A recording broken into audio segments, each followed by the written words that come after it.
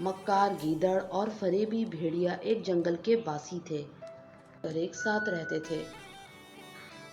उस जंगल का राजा एक शेर था।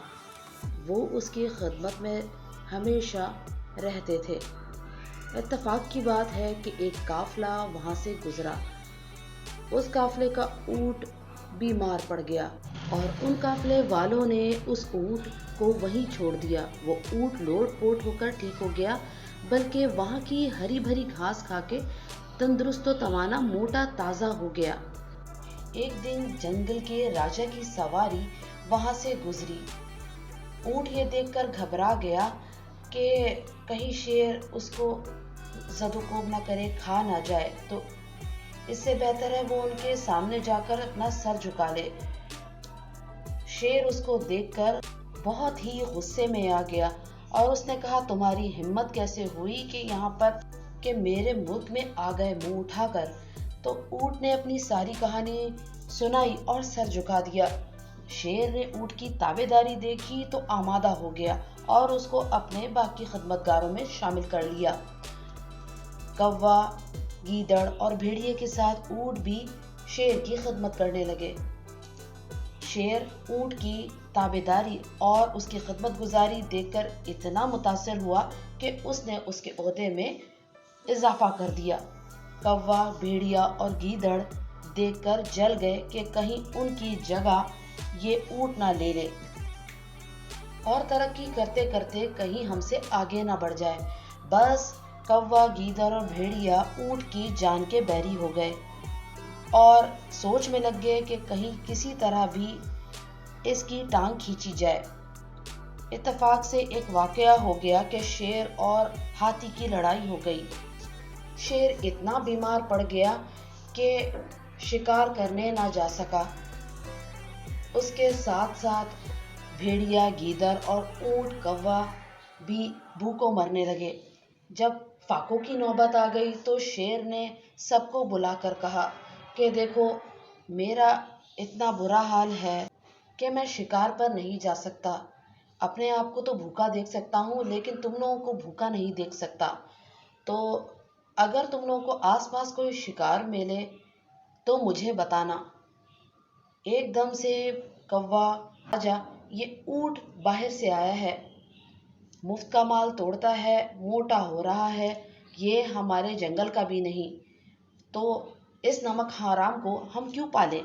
ये ऊंट मोटा ताजा किस काम आएगा? शेर ये सुनकर कौवे पर बहुत गुस्सा हुआ। उसने कहा कि क्या तू जानता नहीं कि ऊंट हमारा वफादार है? उसने हमारी किस तरह खिदमत की है और शेर अपने वफादारों को नहीं खाता, वरना वो शेर नहीं। कौवा चुप हो गया। फिर इन तीनों ने अलग जाकर एक तरकीब सोची और ऊंट को भी साथ लेते हुए आए कि आओ हजूर की मिजाज पुरसी कर लें। आजकल राजा शेर की तबीयत ठीक नहीं रहती। उन तीनों ने आंखों आंखों में देखा और इशारों इशारों में तय कर लिया। और कौवा बोला, कौवा हाथ जोड़कर कहने लगा कि हुजूर, मैं चाहता हूँ कि कुछ हक़ नमक अदा करूँ। मैंने आपका नमक खाया है। आजकल आपकी सेहत इजाज़त नहीं देती कि शिकार करें। मेरी जान आपके सामने हाजिर है। आप मुझे खाइए और अपने पेट की आग बुझाइए। गीदड़ फौरन ही आगे बढ़ा और उसने कहा, ऐ कव्वे, तेरा हफ्सा ही कितना है? तुझे खाकर तो जरा भी शेर राजा का पेट नहीं भरेगा। तू तो एक लुकमे के बराबर भी नहीं है। मैं चाहता हूँ कि अपने आप को पेश करूँ। हजूर, आप मुझे नोश फरमाइए।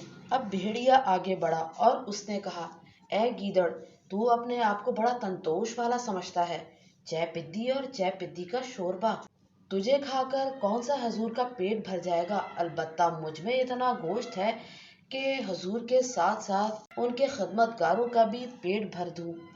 मैं चाहता हूँ कि मैं आपके दस्तरखान की जीनत बनूं। कौवा बोला कि ये तो ठीक है कि तुझ में अच्छा खासा गोश्त है, मगर तेरा गोश्त सेहत के लिए मुज़िर है। हुजूर की तबीयत आजकल अच्छी नहीं, तेरा गोश्त खाएंगे तो उनकी तबीयत और ज़्यादा ख़राब हो जाएगी। तीनों अपनी अपनी जगह कह चुके तो ऊँट ने सोचा कि मैं भी तो उनका खिदमत गुजार हूँ, اور سوچنے لگا کہ مجھے بھی اپنی وفاداری ثابت کرنی چاہیے، اور کہا کہ حضور، میں آپ کے سامنے حاضر ہوں، میں بڑا جانور ہوں، میرا گوشت کھا کر بیمار کی صحت پہ بھی گرانی نہیں ہوتی۔ شیر کے بولنے سے پہلے ہی کوا، گیدڑ، بھیڑیا بول پڑے اور اونٹ کو شاباشی دینے لگے کہ واہ، وفاداری ہو تو ایسی، تیرا گوشت تو بیماروں کے لیے بہت ہی مفید ہے۔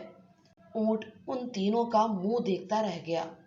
کوا، گیدڑ اور بھیڑیا اس پہ پل پڑے اور دم کے دم میں اس کی تکا بوٹی کر دی۔ بیچارے اونٹ کو کچھ ہی دیر میں چیر پھاڑ کے رکھ دیا۔